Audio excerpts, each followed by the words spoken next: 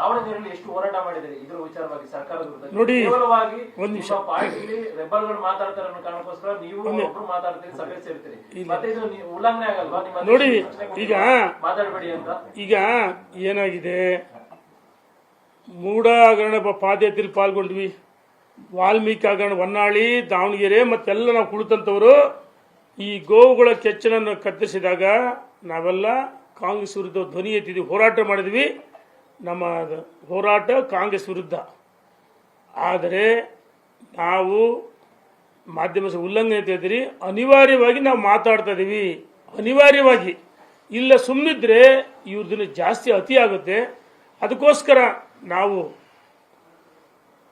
ಅನೇಕ ಬಾರಿ ನೋಡಿ, ಕೋಲಾರಕ್ಕೆ ಹೋದ್ವಿ, ಮೈಸೂರಿಗೆ ಹೋದ್ವಿ, ದಾವಣಗೆರೆ ಸಭೆ ಸೇರಿದ್ವಿ. ನಮ್ಮ ಸ್ವಾರ್ಥಕ್ಕಲ್ಲ, ನಾವು MLA ಆಗಬೇಕು, ಮಂತ್ರಿ ಆಗ್ಬೇಕಂತ ಅಲ್ಲ. ನಮ್ಮ ಕಾರ್ಯಕರ್ತರು, ಮುಖಂಡರು 3 ಉಪಚುನಾವಣೆ ಸೋತಿದ್ರು, ಅವರಿಗೆ ಆತ್ಮವಿಶ್ವಾಸ ಬರುವ ನಿಟ್ಟಿನಲ್ಲಿ ನಾವು ಪ್ರವಾಸವನ್ನು ಮಾಡಿದ್ದೀವಿ. ಪಕ್ಷಕ್ಕೋಸ್ಕರ ನಾವೆಲ್ಲ ಹೋರಾಟಗಳು ಮಾಡೋಕ್ಕೆ ಸಿದ್ಧವಾಗಿದ್ದೀವಿ. ಕೇವಲ 66 ಜನರಿಂದ ಸರ್ಕಾರ ಆಗಲ್ಲ. ಯಾರು ನಾವು ಸೋತಂತವ್ರು ಇದೀವಲ್ಲ, ನಾವು ಒಳಗಡೆ ಬಂದರೆ ಸರ್ಕಾರ ಆಗುತ್ತೆ ಅಂತೇಳಿ ವಿಜೇಂದ್ರ ಅವರು ಸಭೆ ಕರೆದದ್ದು. ವಿಜೇಂದ್ರ ಸಭೆ ಕರೆದದ್ದು. ಇನ್ನು ಕೆಲವು ಹೇಳ್ತಾರೆ, ನನಗೆ 17 ಜನ ಕರೆ ಮಾಡಿದ್ರು. ಮಹಾನ್ ನಾಯಕ್ ಹೇಳ್ತಾರೆ. ಯಾರಪ್ಪ ಕರೆ ಮಾಡಿದ್ರಿ ನಿನಗೆ? ಯಾರು? ಇವರೇ ಬಸವಗೌಡ ಪಾಟೀಲ್ ಎತ್ತಾಳು. 17 ಜನ ನನಗೆ ಕರೆ ಮಾಡಿದ್ರಿ ಅಂತ ಹೇಳ್ತಿಲ್ಲ. ಇವರು ಒಂದ್ಸರಿ ಉತ್ತರ ಕರ್ನಾಟಕ, ಹಿಂದೂಲಿ ಅನೇಕ ಮುಖವಾಡಗಳನ್ನ ಗೋಮುಖ ವ್ಯಾಘ್ರ ಸಮಯ ಸಂದರ್ಭಕ್ಕೆ ಸರಿಯಾಗಿ ಒಂದೊಂದು ಕಾರ್ಡನ್ನು ಅಪ್ಲೈ ಮಾಡ್ತಾರೆ. ಇವರಿಗೆ ಪಕ್ಷದ ಬಗ್ಗೆ ಕಾಳಜಿ ಇದ್ರೆ 4 ಗೋಡೆ ಮಧ್ಯೆ ಒಳಗೆ ಚರ್ಚೆ ಮಾಡಲಿ. ನೀನು ಯಾರಪ್ಪ 17 ಜನ ಕರೆ ಮಾಡಿದ್ರು? ಯಾರು 17 ಜನ ಯಾರು ಕರೆ ಮಾಡಿದ್ರು? ಅದೇ ರಾಜ್ಯದ ಅಧ್ಯಕ್ಷ ವಿಜೇಂದ್ರ ಅವರಿಗೆ ಅಧಿಕಾರ ಇದೆ. ಕಾರ್ಯಕರ್ತರನ್ನ, ಮುಖಂಡರನ್ನ, ಪದಾಧಿಕಾರಿಗಳನ್ನ, ಎಲ್ಲ ಮೋರ್ಚಾಗಳ ಮತ್ತು ಸೋತವರ ಗೆದ್ದವರ ಸಭೆ ಕರೆಯಕ್ಕೆ ಅವರಿಗೆ ಅಧಿಕಾರ ಕೂಡ ರಾಷ್ಟ್ರೀಯ ನಾಯಕರು ಕೊಡಿದ್ದಾರೆ. ಅದಕ್ಕೋಸ್ಕರ ಸಂಘಟನೆ ದೃಷ್ಟಿಯಿಂದ ಸಭೆ ಕರೆದದ್ದು. ವಿಜೇಂದ್ರ ಸ್ವಾರ್ಥಕ್ಕೆ ಸಭೆ ಅಲ್ಲ. ಯಡಿಯೂರಪ್ಪ ಸ್ವಾರ್ಥಕ್ಕೋಸ್ಕರ ಪ್ರವಾಸ ಮಾಡ್ತೀವಿ ಅಂತ ಹೇಳಲಿಲ್ಲ. ಧನ್ಯವಾದಗಳು ಸರ್. ಈಗ ನೀವು ಸಭೆಗಳ ಮೇಲೆ ಸಭೆ ಮಾಡ್ತಾನೆ ಇದ್ದೀರಾ, ಅವ್ರ ಕೆಲಸ ಅವ್ರು ಮಾಡ್ತಾನೆ ಇದ್ದಾರೆ, ಓಕೆನಾ? ನಿಮ್ಮ ಅಧ್ಯಕ್ಷರು ಅವ್ರ ಮೇಲೆ ಕ್ರಮ ಕೈಗೊಳ್ಳದಷ್ಟು ಅಷ್ಟು ವೀಕ್ ಆಗಿದಾರ? ಅಧ್ಯಕ್ಷ ನೋಡಿ, ಏನಿದು ನೆನ್ನೆ ಮೊನ್ನೆದಲ್ಲ ಅಧ್ಯಕ್ಷರು ನಾನು ಹೇಳ್ತೀನಿ ನೋಡಿ, ಅಧ್ಯಕ್ಷರು ಸಮರ್ಥರಾದರೆ, ಅಧ್ಯಕ್ಷ ದುರ್ಬಲ ಅಧ್ಯಕ್ಷರಲ್ಲ. ಒಬ್ಬ ಸಮರ್ಥ ಅಧ್ಯಕ್ಷ ಕರ್ನಾಟಕದಲ್ಲಿ ಭಾರತೀಯ ಜನತಾ ಪಾರ್ಟಿಯನ್ನು ಕಟ್ಟಿ ಬೆಳೆಸ್ತಾರೆ ಅಂತೇಳಿ ವಿಜೇಂದ್ರ ಮುಗೆ ಅಧ್ಯಕ್ಷರು ಮಾಡಿದ್ದು. ಅವ್ರು ನಡೆದಂಥ ಉಪಚುನಾವಣೆಗಳಲ್ಲಿ ಹಿಂದೆ ಸಾಮರ್ಥ್ಯ ತೋರಿಸಿದ್ದಾರೆ, ಪಕ್ಷವನ್ನು ಸಂಘಟನೆ ಮಾಡಿದ್ದಾರೆ. ಯುವ ಮೋರ್ಚಾದಿಂದ ಹಿಡಿದು ಸಂಘಟನೆ, ರಾಜ್ಯದ ಅಧ್ಯಕ್ಷ ಆದ್ಮೇಲೆ ಇಡೀ ರಾಜ್ಯದ ಉದ್ದಕ್ಕೆ ಪ್ರವಾಸ ಮಾಡಿಲ್ವಾ? ದುರ್ಬಲ ಅಧ್ಯಕ್ಷ ಅಲ್ಲ, ಸಮರ್ಥ ಯಶಸ್ವಿ ಅಧ್ಯಕ್ಷರು. ಅದಕ್ಕೋಸ್ಕರ ಅವರ ನೇತೃತ್ವದಲ್ಲಿ ನಡೆದ ಮುಂದೆ ಲೋಕಲ್ ಬಾಡೀಸ್ ಎಲೆಕ್ಷನ್ನು, ವಿಧಾನಸಭೆ ಚುನಾವಣೆ ಅವ್ರ ನೇತೃತ್ವದಲ್ಲಿ ಆಗಬೇಕಂತ ನಾವು ಈ ರಾಜ್ಯದ ಜನರ ಅಪೇಕ್ಷೆ ಇದೆ. ಈಗ ನೀವು ಸಭೆ ಸೇರ್ತೀರಿ, ಮಾತಾಡ್ತೀರಿ, ಯಾವ ನಾಯಕರ ಹೆಸರು ನೀವು ಹೇಳಲ್ಲ, ನಿಮ್ ಪಕ್ಷನೂ ಹೇಳಲ್ಲ. ಇದು ಗೊಂದಲ ನೀವು ಸೃಷ್ಟಿ ಮಾಡ್ತೀರಿ, ಅವರು ಸೃಷ್ಟಿ ಮಾಡ್ತಾರೆ. ಹೇಳಿದ್ನಲ್ಲ ಹೆಸರು ಈಗ ನಾನು ಹೇಳ್ತಿಲ್ಲ. ಒಂದ್ ನಿಮಿಷ ಸರಿ, ಒಂದ್ ನಿಮಿಷ. ರಮೇಶ್ ಅಣ್ಣ ನನ್ನ ಸ್ನೇಹಿತೆ ಆತ್ಮೀಯನೇ. ಆದ್ರೆ ಅನಗತ್ಯವಾಗಿ ಯಡಿಯೂರಪ್ಪನವ್ರ ಬಗ್ಗೆ ಟೀಕೆ ಮಾಡಬಾರ್ದು ಅಂತ ನಾನು ಹೇಳಿಕ್ಕೆ ಇಚ್ಛೆ ಪಡ್ತೀನಿ. ಯಾಕಪ್ಪ ಟೀಕೆ ಮಾಡ್ತೀಯಾ? ಯತ್ನಾಳ್ರು ಅವರೇ ನಮಗೇನು ವಿರೋಧಿಗಳಲ್ಲ, ಆತ್ಮೀಯರೇ. ಆದರೆ ನಿಮ್ಮ ಸಂಘರ್ಷ ಕಾಂಗ್ರೆಸ್ ವಿರುದ್ಧ ಇರಬೇಕು, ರಾಜ್ಯದ ಅಧ್ಯಕ್ಷ ವಿರುದ್ಧ ಅಲ್ಲ. ನೀವು ಏನಾದರೂ ವಿಜೇಂದ್ರ ಯಡಿಯೂರಪ್ಪನವ್ರ ಬಗ್ಗೆ ಮಾತಾಡಿದ್ರೆ ಭಾರತೀಯ ಜನತಾ ಪಾರ್ಟಿಯ ಏನು ನಂಬಿಕೊಂಡು ಕಾರ್ಯಕರ್ತರು, ಮುಖಂಡರು, ಈ ರಾಜ್ಯದ ಪ್ರಜ್ಞಾವಂತ ಮತದಾರದರೆ ರಮೇಶ್ ಜಾರಕಿಹೊಳಿ ಹೇಳಿದ್ದು ಯಡಿಯೂರಪ್ಪ ಮೇಲೆ ಗೌರವ ಇದೆ, ಆದ್ರೆ ವಿಜೇಂದ್ರ ಮೇಲೆ ನಾವು ವಿರೋಧ ಮಾಡೋದು. ನೀವು ಹೇಳ್ತಾ ಇದ್ದೀರಿ ವಿಜೇಂದ್ರ ಅವ್ರನ್ನ ಮುಖ್ಯಮಂತ್ರಿ ಮಾಡ್ತೀವಿ ಅಂತ. ಅಂದ್ರೆ ಪಾಟೀಲ್ ಒಂದ್ ನಿಮಿಷ ಕೇವಲ ಯಡಿಯೂರಪ್ಪ ಈಗ ಮಗನ್ನ ಮುಖ್ಯಮಂತ್ರಿ ಮಾಡ್ಕೊಂಡು ನೋಡ. ನಾನು ಒಬ್ಬನೇ ಆಪ್ತ ಅಲ್ಲ ಯಡಿಯೂರಪ್ಪಗೆ. ಪಕ್ಷದ ಪ್ರತಿಯೊಬ್ಬ, ನಾನು ವೇದಿಕೆಯಲ್ಲಿ ಹೇಳಿದೆ, ರೇಣುಕಾಚಾರ್ಯ ಒಬ್ಬರೇ ಅಲ್ಲ ಮಾನಸ ಪುತ್ರ. ಇಲ್ಲಿರ್ತಕ್ಕಂಥ ಎಲ್ಲರೂ ಯಡಿಯೂರಪ್ಪನವರಿಗೆ ಮಾನಸ ಪುತ್ರ. ಯಡಿಯೂರಪ್ಪ ಪಕ್ಷ ಅಂದ್ರೆ ಅವರ ಸಂಘಟನೆ, ಉಸಿರು, ಪರಿವಾರ ಆ ಹಂತದಿಂದ ಬಂದಿರ್ತಕ್ಕಂಥ ಯಡಿಯೂರಪ್ಪನವರು ಯಾವ ಪಕ್ಷವನ್ನ ಕಟ್ಟಿ ಬೆಳೆಸೋ ಒಬ್ಬ ಮಹಾನ್ ನಾಯಕ ಯಡಿಯೂರಪ್ಪನವ್ರ ಜೊತೆಗಿರ್ತ ನಾವೇನು ಕಾಂಗ್ರೆಸ್ ಜೊತೆಗಿರಕ್ಕಾಗತ್ತ? ವಿಜೇಂದ್ರ ಯಡಿಯೂರಪ್ಪನವ್ರು ಸಂಕಲ್ಪ ಮಾಡಿದರೆ ಈ ರಾಜ್ಯದಲ್ಲಿ ಭಾರತೀಯ ಜನತಾ ಪಾರ್ಟಿ ಅಧಿಕಾರಕ್ಕೆ ಬರಬೇಕು. ಅದಕ್ಕೋಸ್ಕರ ಅವ್ರ ಜೊತೆ ನಾವು ವಿಜೇಂದ್ರ ಅವರು ನಾಮನಿರ್ದೇಶನ ಆದಂತ ಅಧ್ಯಕ್ಷರು, ಚುನಾವಣೆ ಮೂಲಕ ಆದಂತವರಲ್ಲ ಅನ್ನೋದು ಅವರ ವಾದ. ನೋಡೋಣ, ಕಳೆದ ವಿಧಾನಸಭೆ ಚುನಾವಣೆಯಲ್ಲಿ ಹೀನಾಯ ಸೋಲಾಗಿತ್ತು. 121 ಇದ್ದರು, 66ಕ್ಕೆ ಬಂದಿದ್ವಿ. ಅದಕ್ಕೋಸ್ಕರ ರಾಜ್ಯದಲ್ಲಿ ಒಬ್ಬ ಸಮರ್ಥ ಯುವಕ ವಿಜೇಂದ್ರ ಅವರ ಕಣ್ಣಿಗೆ ಕಂಡರು. ಅದಕ್ಕೋಸ್ಕರ ವಿಜೇಂದ್ರನ ಅಧ್ಯಕ್ಷನ ಮಾಡಿದರು. ರಾಷ್ಟ್ರೀಯ ನಾಯಕರು ಮುಂದುವರಿಸ್ತಾರೆ. ಈಗ ಭೂ ಸಮಿತಿಗಳಾಗಿದೆ, ಮಂಡಲ ಸಮಿತಿಗಳಾಗ್ತವೆ, ಜಿಲ್ಲಾ ಸಮಿತಿಗಳಾಗ್ತವೆ. ಈಗ ಚುನಾವಣೆ ಆಗಿ ಪಕ್ಷದ ಸಂವಿಧಾನಕ್ಕೆ ಏನಿದೆ ಅದ್ರ ಪ್ರಕಾರ ವಿಜೇಂದ್ರ ಅವರು ರಾಜ್ಯದ ಅಧ್ಯಕ್ಷರಾಗಿ ಮುಂದುವರಿತಾರೆ. ಇದು ರಾಷ್ಟ್ರೀಯ ನಾಯಕರಿಗೆ ಕಾರ್ಯಕರ್ತರ ಮುಖಂಡರ ಭಾವನೆಗಳನ್ನು ರಾಷ್ಟ್ರೀಯ ನಾಯಕರಿಗೆ ಗೊತ್ತಿದೆ. ಕರ್ನಾಟಕದಲ್ಲಿ ಭಾರತೀಯ ಜನತಾ ಪಾರ್ಟಿ ಕಟ್ಟತಕ್ಕಂಥ ಸಾಮರ್ಥ್ಯ ವಿಜೇಂದ್ರ ಇದೆ. 100ಕ್ಕೆ 100 ನಮಗೆ ವಿಶ್ವಾಸ ಇದೆ. ವಿಜೇಂದ್ರ ರಾಜ್ಯದ ಅಧ್ಯಕ್ಷ ಮುಂದುವರಿತಾರೆ.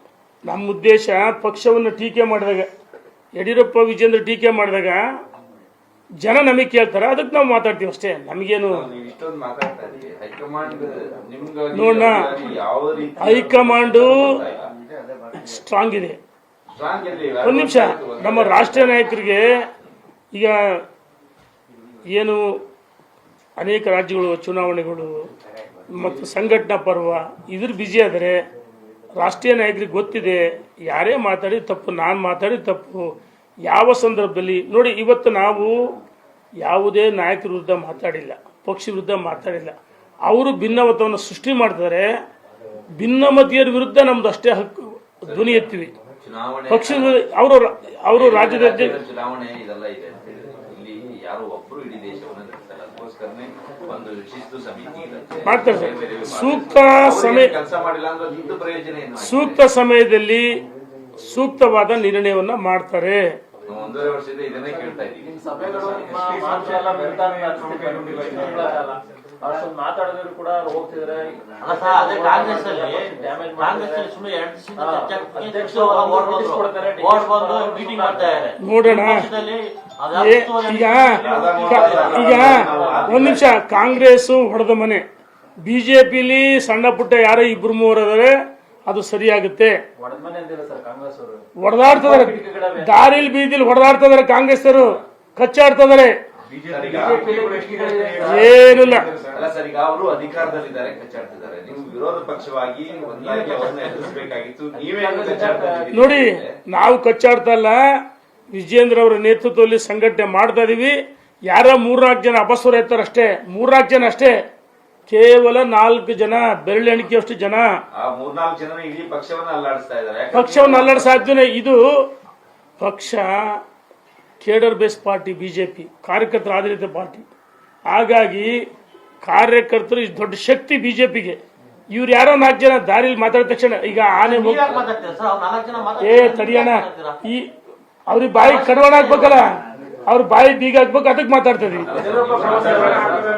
ಈಗ ಇನ್ನೊಂದು ಕೆಲವರು ಒಂದ್ ನಿಮಿಷ ಅಣ್ಣ, ಒಂದ್ ನಿಮಿಷ ನಾನು ಹೇಳ್ತೀನಿ.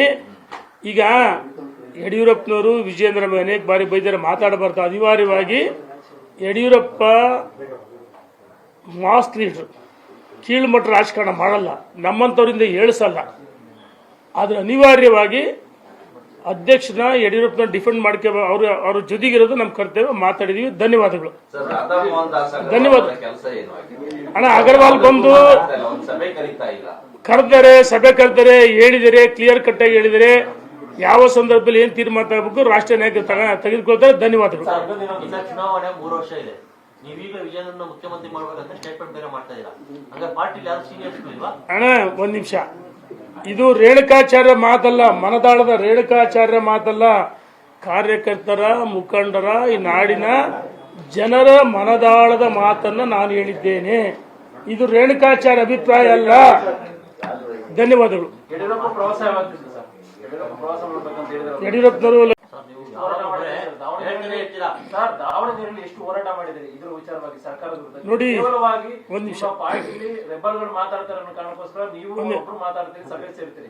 ಮತ್ತೆ ಇದು ಉಲ್ಲಂಘನೆ ಆಗಲ್ವಾ? ನಿಮ್ಮ ನೋಡಿ, ಈಗ ಮಾತಾಡಬೇಡಿ ಅಂತ ಈಗ ಏನಾಗಿದೆ, ಮೂಢ ಹಗರಣ ಪಾದಯಾತ್ರೆಯಲ್ಲಿ ಪಾಲ್ಗೊಂಡ್ವಿ. ವಾಲ್ಮೀಕಿ ಹಗರಣ, ಹೊನ್ನಾಳಿ, ದಾವಣಗೆರೆ ಮತ್ತೆಲ್ಲ ನಾವು ಕುಳಿತಂತವರು. ಈ ಗೋವುಗಳ ಕೆಚ್ಚನನ್ನು ಕತ್ತರಿಸಿದಾಗ ನಾವೆಲ್ಲ ಕಾಂಗ್ರೆಸ್ ವಿರುದ್ಧ ಧ್ವನಿ ಎತ್ತಿದ್ವಿ, ಹೋರಾಟ ಮಾಡಿದ್ವಿ. ನಮ್ಮ ಹೋರಾಟ ಕಾಂಗ್ರೆಸ್ ವಿರುದ್ಧ. ಆದರೆ ನಾವು ಮಾಧ್ಯಮ ಉಲ್ಲಂಘನೆ ಅಂತ ಹೇಳ್ತೀರಿ, ಅನಿವಾರ್ಯವಾಗಿ ನಾವು ಮಾತಾಡ್ತಾ ಇದೀವಿ. ಅನಿವಾರ್ಯವಾಗಿ ಇಲ್ಲ ಸುಮ್ಮನಿದ್ರೆ ಇವ್ರದನ್ನ ಜಾಸ್ತಿ ಅತಿ ಆಗುತ್ತೆ. ಅದಕ್ಕೋಸ್ಕರ ನಾವು ಅನೇಕ ಬಾರಿ ನೋಡಿ, ಕೋಲಾರಕ್ಕೆ ಹೋದ್ವಿ, ಮೈಸೂರಿಗೆ ಹೋದ್ವಿ, ದಾವಣಗೆರೆ ಸಭೆ ಸೇರಿದ್ವಿ. ನಮ್ಮ ಸ್ವಾರ್ಥಕ್ಕಲ್ಲ, ನಾವು MLA ಆಗ್ಬೇಕು, ಮಂತ್ರಿ ಆಗ್ಬೇಕಂತ ಅಲ್ಲ. ನಮ್ಮ ಕಾರ್ಯಕರ್ತರು ಮುಖಂಡರು 3 ಉಪಚುನಾವಣೆ ಸೋತಿದ್ರು, ಅವರಿಗೆ ಆತ್ಮವಿಶ್ವಾಸ ಬರುವ ನಿಟ್ಟಿನಲ್ಲಿ ನಾವು ಪ್ರವಾಸವನ್ನು ಮಾಡಿದ್ದೀವಿ. ಪಕ್ಷಕ್ಕೋಸ್ಕರ ನಾವೆಲ್ಲ ಹೋರಾಟಗಳು ಮಾಡೋಕ್ಕೆ ಸಿದ್ಧವಾಗಿದ್ದೀವಿ. ಕೇವಲ 66 ಜನರಿಂದ ಸರ್ಕಾರ ಆಗಲ್ಲ. ಯಾರು ನಾವು ಸೋತಂತವ್ರದೀವಲ್ಲ, ನಾವು ಒಳಗಡೆ ಬಂದ ಸರ್ಕಾರ ಆಗುತ್ತೆ ಅಂತೇಳಿ ವಿಜೇಂದ್ರ ಅವರು ಸಭೆ ಕರೆದದ್ದು. ವಿಜೇಂದ್ರ ಸಭೆ ಕರೆದದ್ದು. ಇನ್ನು ಕೆಲವರು ಹೇಳ್ತಾರೆ, ನನಗೆ 17 ಜನ ಕರೆ ಮಾಡಿದ್ರು. ಮಹಾನ್ ನಾಯಕ್ ಹೇಳ್ತಾರೆ, ಯಾರಪ್ಪ ಕರೆ ಮಾಡಿದ್ರಿ ನಿನಗೆ? ಹೇಳಿ ಸರ್, ಮಹಾನ್ ನಾಯಕ ಅಂತ ಯಾಕೆ ಯಾರು? ಇವರೇ ಬಸವಗೌಡ ಪಾಟೀಲ್ ಎತ್ತಾಳು. ಹೇಳಿ, ಹೇಳಿ ನೀವು. 17 ಜನ ನನಗೆ ಕರೆ ಮಾಡಿದ್ರಿ ಅಂತ ಹೇಳ್ತಿಲ್ಲ. ಇವರು ಒಂದ್ಸರಿ ಉತ್ತರ ಕರ್ನಾಟಕ ಹಿಂದೂಲಿ ಅನೇಕ ಮುಖವಾಡಗಳನ್ನ ಗೋಮುಖ ವ್ಯಾಘ್ರ ಸಮಯ ಸಂದರ್ಭಕ್ಕೆ ಸರಿಯಾಗಿ ಒಂದೊಂದು ಕಾರ್ಡನ್ನು ಅಪ್ಲೈ ಮಾಡ್ತಾರೆ. ಇವರಿಗೆ ಪಕ್ಷದ ಬಗ್ಗೆ ಕಾಳಜಿ ಇದ್ರೆ 4 ಗೋಡೆ ಮಧ್ಯೆ ಒಳಗೆ ಚರ್ಚೆ ಮಾಡಲಿ. ನೀನು ಯಾರಪ್ಪ 17 ಜನ ಕರೆ ಮಾಡಿದ್ರು? ಯಾರು 17 ಜನ ಯಾರು ಕರೆ ಮಾಡಿದ್ರು? ಅದೇ ರಾಜ್ಯದ ಅಧ್ಯಕ್ಷ ವಿಜೇಂದ್ರ ಅವರಿಗೆ ಅಧಿಕಾರ ಇದೆ. ಕಾರ್ಯಕರ್ತರನ್ನ, ಮುಖಂಡರನ್ನ, ಪದಾಧಿಕಾರಿಗಳನ್ನ, ಎಲ್ಲ ಮೋರ್ಚಾಗಳ ಮತ್ತು ಸೋತವರ ಗೆದ್ದವರ ಸಭೆ ಕರೆಯಕ್ಕೆ ಅವರಿಗೆ ಅಧಿಕಾರ ಕೊಡೋದು ರಾಷ್ಟ್ರೀಯ ನಾಯಕರು ಕೊಡಿದರೆ. ಅದಕ್ಕೋಸ್ಕರ ಸಂಘಟನೆ ದೃಷ್ಟಿಯಿಂದ ಸಭೆ ಕರೆದದ್ದು. ವಿಜೇಂದ್ರ ಸ್ವಾರ್ಥಕ್ಕೆ ಸಭೆ ಅಲ್ಲ. ಯಡಿಯೂರಪ್ಪ ಸ್ವಾರ್ಥಕ್ಕೋಸ್ಕರ ಪ್ರವಾಸ ಮಾಡ್ತೀವಿ ಅಂತ ಹೇಳಲಿಲ್ಲ. ಧನ್ಯವಾದಗಳು ಸರ್. ಈಗ ನೀವು ಸಭೆಗಳ ಮೇಲೆ ಸಭೆ ಮಾಡ್ತಾನೆ ಇದ್ದೀರಾ, ಅವ್ರ ಕೆಲಸ ಅವ್ರು ಮಾಡ್ತಾನೆ ಇದ್ದಾರೆ, ಓಕೆನಾ? ನಿಮ್ಮ ಅಧ್ಯಕ್ಷರು ಅವ್ರ ಮೇಲೆ ಕ್ರಮ ಕೈಗೊಳ್ಳದಷ್ಟು ಅಷ್ಟು ವೀಕ್ ಆಗಿದಾರ?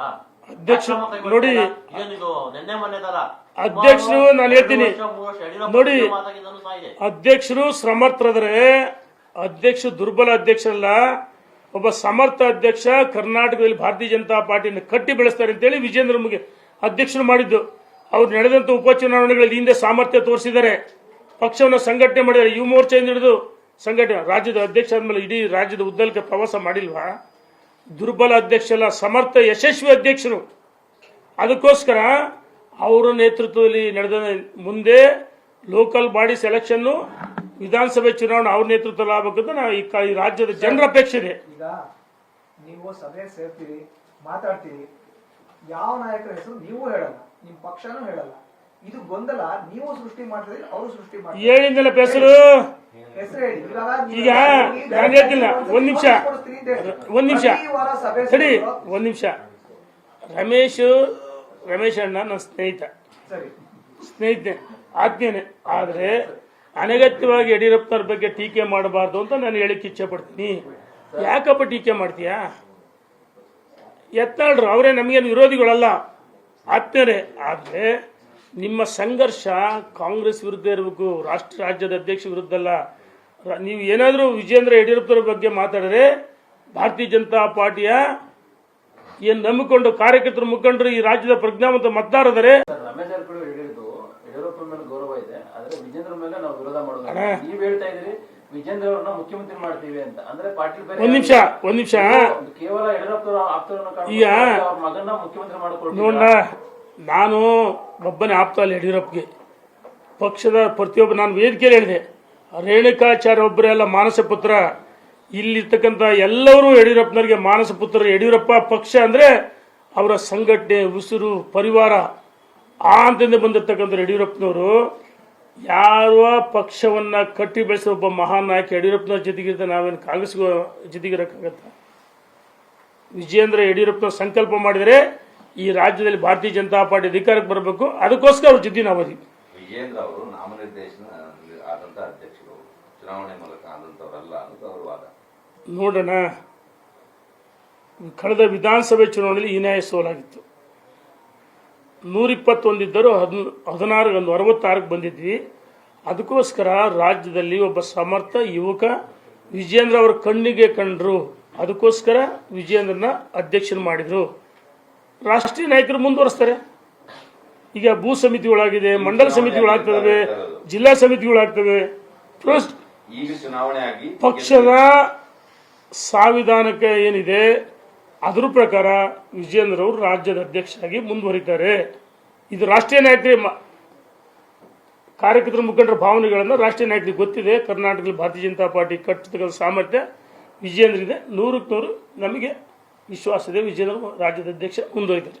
ನಮ್ಮ ಉದ್ದೇಶ ಪಕ್ಷವನ್ನು ಟೀಕೆ ಮಾಡಿದಾಗ, ಯಡಿಯೂರಪ್ಪ ವಿಜೇಂದ್ರ ಟೀಕೆ ಮಾಡಿದಾಗ ಜನ ನಮಗೆ ಕೇಳ್ತಾರೆ, ಅದಕ್ಕೆ ನಾವು ಮಾತಾಡ್ತೀವಿ ಅಷ್ಟೇ. ನಮಗೇನು ನೀವು ಇಷ್ಟೊಂದು ಮಾತಾಡ್ತಾ ಇದ್ದೀರಿ, ಹೈಕಮಾಂಡ್ ನಿಮ್ಗಾಗಿ ನೋಡೋಣ, ಯಾವ ರೀತಿ ಹೈಕಮಾಂಡು ಸ್ಟ್ರಾಂಗ್ ಇದೆ. ಒಂದು ನಿಮಿಷ, ನಮ್ಮ ರಾಷ್ಟ್ರೀಯ ನಾಯಕರಿಗೆ ಈಗ ಏನು ಅನೇಕ ರಾಜ್ಯಗಳು ಚುನಾವಣೆಗಳು ಮತ್ತು ಸಂಘಟನಾ ಪರ್ವ ಇದ್ರ ಬ್ಯುಸಿ ಆದರೆ ರಾಷ್ಟ್ರೀಯ ನಾಯಕರಿಗೆ ಗೊತ್ತಿದೆ ಯಾರೇ ಮಾತಾಡಿ ತಪ್ಪು, ನಾನು ಮಾತಾಡಿ ತಪ್ಪು, ಯಾವ ಸಂದರ್ಭದಲ್ಲಿ. ನೋಡಿ, ಇವತ್ತು ನಾವು ಯಾವುದೇ ನಾಯಕರ ವಿರುದ್ಧ ಮಾತಾಡಿಲ್ಲ, ಪಕ್ಷ ವಿರುದ್ಧ ಮಾತಾಡಿಲ್ಲ. ಅವರು ಭಿನ್ನಮತವನ್ನು ಸೃಷ್ಟಿ ಮಾಡ್ತಾರೆ. ಭಿನ್ನಮತೀಯರ ವಿರುದ್ಧ ನಮ್ದು ಅಷ್ಟೇ ಹಕ್ಕು, ಧ್ವನಿ ಎತ್ತೀವಿ. ಪಕ್ಷ ಅವರು ರಾಜ್ಯದ ಚುನಾವಣೆ ಇದೆಲ್ಲ ಇದೆ ಅಂತ ಹೇಳಿದ್ರೆ ಇಲ್ಲಿ ಯಾರು ಒಬ್ರು ಇಡೀ ದೇಶವನ್ನು ನಡೆಸಲ್ಲ. ಅದಕ್ಕೋಸ್ಕರನೇ ಒಂದು ಶಿಸ್ತು ಸಮಿತಿ ಇರುತ್ತೆ, ಮಾಡ್ತಾರೆ. ಸೂಕ್ತ ಸಮಯ ಕೆಲಸ ಮಾಡಿಲ್ಲ ಅಂದ್ರೆ ಇದ್ದು ಪ್ರಯೋಜನ ಏನು? ಸೂಕ್ತ ಸಮಯದಲ್ಲಿ ಸೂಕ್ತವಾದ ನಿರ್ಣಯವನ್ನ ಮಾಡ್ತಾರೆ. 1.5 ವರ್ಷದಿಂದ ಇದನ್ನೇ ಕೇಳ್ತಾ ಇದ್ದೀವಿ. ನಿಮ್ಮ ಸಭೆಗಳು ನಿಮ್ಮ ಮಾತು ಎಲ್ಲ ವ್ಯರ್ಥ ಅಂತ ಅನ್ಸುತ್ತೆ. ಅಷ್ಟೊಂದು ಮಾತಾಡಿದ್ರು ಕೂಡ ಅವ್ರು ಹೋಗ್ತಿದ್ರೆ. ಅಲ್ಲ ಸರ್, ಅದೇ ಕಾಂಗ್ರೆಸ್ ಅಲ್ಲಿ ಸುಮ್ಮನೆ 2 ದಿವಸ ಓಡ್ ಬಂದು ಮೀಟಿಂಗ್ ಮಾಡ್ತಾ ಇದ್ದಾರೆ. ನೋಡೋಣ, ಈಗ ಒಂದ್ ನಿಮಿಷ, ಕಾಂಗ್ರೆಸ್ ಹೊಡೆದ ಮನೆ, ಬಿಜೆಪಿಲಿ ಸಣ್ಣ ಪುಟ್ಟ ಯಾರೋ 2-3 ಅದಾರೆ, ಅದು ಸರಿಯಾಗುತ್ತೆ. ಹೊಡೆದಾಡ್ತಿದಾರೆ, ದಾರಿಲಿ ಬೀದಿಲಿ ಹೊಡೆದಾಡ್ತಿದಾರೆ ಕಾಂಗ್ರೆಸ್ಸರು, ಕಚ್ಚಾಡ್ತಿದಾರೆ, ಏನಿಲ್ಲ. ಅಲ್ಲ ಸರ್, ಈಗ ಅವರು ಅಧಿಕಾರದಲ್ಲಿದ್ದಾರೆ, ಕಚ್ಚಾಡ್ತಿದ್ದಾರೆ. ನೀವು ವಿರೋಧ ಪಕ್ಷವಾಗಿ ಒಂದಾಗಿ ಅವ್ರನ್ನ ಎದುರಿಸಬೇಕಾಗಿತ್ತು. ನೀವೇನು ಕಚ್ಚಾಡ್ತಾ ಇದ್ದೀರಿ? ನೋಡಿ, ನಾವು ಕಚ್ಚಾಡ್ತಾ ಇಲ್ಲ, ವಿಜೇಂದ್ರ ಅವರ ನೇತೃತ್ವದಲ್ಲಿ ಸಂಘಟನೆ ಮಾಡ್ತಾ ಇದೀವಿ. ಯಾರ 3-4 ಜನ ಅಪಸ್ವರ ಇರ್ತಾರೆ ಅಷ್ಟೇ, 3-4 ಜನ ಅಷ್ಟೇ, ಕೇವಲ 4 ಜನ, ಬೆರಳೆಣಿಕೆಯಷ್ಟು ಜನ. ಆ 3-4 ಜನ ಇಡೀ ಪಕ್ಷವನ್ನ ಅಲ್ಲಾಡಿಸ್ತಾ ಇದ್ದಾರೆ. ಪಕ್ಷವನ್ನು ಅಲ್ಲಾಡಿಸಾಧ್ಯವೇ. ಇದು ಪಕ್ಷ ಕೇಡರ್ ಬೇಸ್ ಪಾರ್ಟಿ, ಬಿಜೆಪಿ ಕಾರ್ಯಕರ್ತರ ಆಧಾರಿತ ಪಾರ್ಟಿ. ಹಾಗಾಗಿ ಕಾರ್ಯಕರ್ತರು ಇಷ್ಟು ದೊಡ್ಡ ಶಕ್ತಿ ಬಿಜೆಪಿಗೆ. ಇವ್ರು ಯಾರೋ 4 ಜನ ದಾರಿಲಿ ಮಾತಾಡಿದ ತಕ್ಷಣ ಈಗ ಆನೆ ತಡಿಯೋಣ, ಈ ಅವ್ರಿಗೆ ಬಾಯಿ ಕಡವಾಣ ಹಾಕ್ಬೇಕಲ್ಲ, ಅವ್ರ ಬಾಯಿ ಬೀಗ ಹಾಕ್ಬೇಕು, ಅದಕ್ಕೆ ಮಾತಾಡ್ತಾ ಇದೀವಿ. ಈಗ ಇನ್ನೊಂದು ಕೆಲವರು ಒಂದ್ ನಿಮಿಷ ನಾನು ಹೇಳ್ತೀನಿ. ಈಗ ಯಡಿಯೂರಪ್ಪನವರು ವಿಜೇಂದ್ರ ಅನೇಕ ಬಾರಿ ಬೈದರೆ ಮಾತಾಡಬಾರ್ದು. ಅನಿವಾರ್ಯವಾಗಿ ಯಡಿಯೂರಪ್ಪ ಮಾಸ್ ಲೀಡರ್, ಕೀಳುಮಟ್ಟ ರಾಜಕಾರಣ ಮಾಡಲ್ಲ, ನಮ್ಮಂಥವರಿಂದ ಹೇಳಿಸಲ್ಲ. ಆದ್ರೆ ಅನಿವಾರ್ಯವಾಗಿ ಅಧ್ಯಕ್ಷನ ಯಡಿಯೂರಪ್ಪನ ಡಿಫೆಂಡ್ ಮಾಡ್ಕೊ ಅವ್ರ ಜೊತೆಗಿರೋದು ನಮ್ಮ ಕರ್ತವ್ಯ. ಮಾತಾಡಿದೀವಿ, ಧನ್ಯವಾದಗಳು. ಧನ್ಯವಾದ ಅಣ್ಣ. ಅಗರ್ವಾಲ್ ಬಂದು ಕರೆದರೆ, ಸಭೆ ಕರೆದರೆ, ಹೇಳಿದರೆ, ಕ್ಲಿಯರ್ ಕಟ್ ಆಗಿ ಹೇಳಿದರೆ, ಯಾವ ಸಂದರ್ಭದಲ್ಲಿ ಏನ್ ತೀರ್ಮಾನ ತಗೋಬೇಕು ರಾಷ್ಟ್ರೀಯ ನಾಯಕರು ತೆಗೆದುಕೊಳ್ತಾರೆ. ಧನ್ಯವಾದಗಳು. ಚುನಾವಣೆ 3 ವರ್ಷ ಇದೆ. ನೀವೀಗ ವಿಜಯನನ್ನ ಮುಖ್ಯಮಂತ್ರಿ ಮಾಡ್ಬೇಕಂತ ಸ್ಟೇಟ್ಮೆಂಟ್ ಬೇರೆ ಮಾಡ್ತಾ ಇದ್ದೀರಾ. ಹಂಗಾರೆ ಪಾರ್ಟಿಲಿ ಯಾರು ಸೀನಿಯರ್ಸ್ ಇಲ್ವಾ? ಅಣ್ಣ ಒಂದ್ ನಿಮಿಷ, ಇದು ರೇಣುಕಾಚಾರ್ಯ ಮಾತಲ್ಲ, ಮನದಾಳದ ರೇಣುಕಾಚಾರ್ಯ ಮಾತಲ್ಲ. ಕಾರ್ಯಕರ್ತರ, ಮುಖಂಡರ, ಈ ನಾಡಿನ ಜನರ ಮನದಾಳದ ಮಾತನ್ನ ನಾನು ಹೇಳಿದ್ದೇನೆ. ಇದು ರೇಣುಕಾಚಾರ್ಯ ಅಭಿಪ್ರಾಯ ಅಲ್ಲ. ಧನ್ಯವಾದಗಳು. ಯಡಿಯೂರಪ್ಪನವರು, ಲಕ್ಷ್ಮೀನಾರಾಯಣ ಎಲ್ಲರೂ ಒಟ್ಟಾಗಿ. ಹೆಚ್ಚಿನ ವಿಡಿಯೋಗಳಿಗೆ ಪ್ರತಿಧ್ವನಿ ಯೂಟ್ಯೂಬ್ ಚಾನೆಲ್ ಸಬ್ಸ್ಕ್ರೈಬ್ ಮಾಡಿ, ಬೆಲ್ ಐಕಾನ್ ಕ್ಲಿಕ್ ಮಾಡಿ.